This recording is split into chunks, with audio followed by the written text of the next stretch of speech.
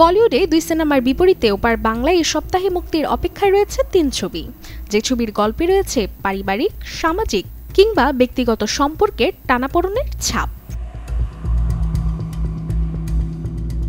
শুক্রবার মুক্তির অপেক্ষায় আছে ঋতুপর্ণা সেনগুপ্ত অভিনীত সিনেমা লক্ষ্মীকান্তপুর লোকাল, যেখানে পরিচালক রামকমল মুখার্জি তুলে ধরেছেন কলকাতার ব্যস্ত শহর আর তার অন্তরালের গল্প।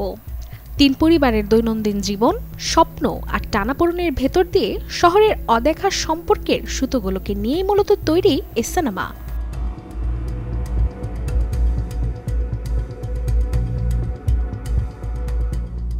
একই দিনে আলোর মুখ দেখতে যাচ্ছে ভারতের ৭১তম জাতীয় চলচ্চিত্রের খেতাব পাওয়া ছবি ডিপ ফ্রিজ।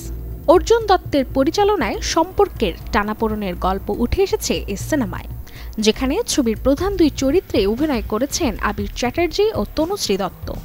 এছাড়াও আরও অভিনয় করেছেন দেবযানী চট্টোপাধ্যায়, অনুরাধা মুখোপাধ্যায় প্রমুখের মতো তারকারাও।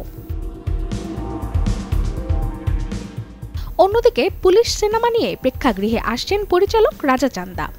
মূলত পুলিশ কর্মকর্তাদের খুনের রহস্য ঘিরেই এগিয়েছে এই সিনেমার গল্প, যেখানে তদন্ত নামতেই সামনে আসে এক শিউরে ওঠা সত্য। এই খুনগুলো শুধু প্রতিশোধ নয়, এর পেছনে লুকিয়ে আছে এক অদ্ভুত অস্বাভাবিক ঘটনা যা শহর জুড়ে ছড়াতে পারে আতঙ্কের ছায়া। পুলিশ সিনেমায় অভিনয় করতে দেখা গেছে জনপ্রিয় অভিনেতা টোটা রয় চৌধুরীকে, যার সাথে পর্দা ভাগ করছেন বিশ্বরূপ বিশ্বাস, শুভ্রজিৎ দত্ত সহ আরও অনেকেই। Desk report, channel 24।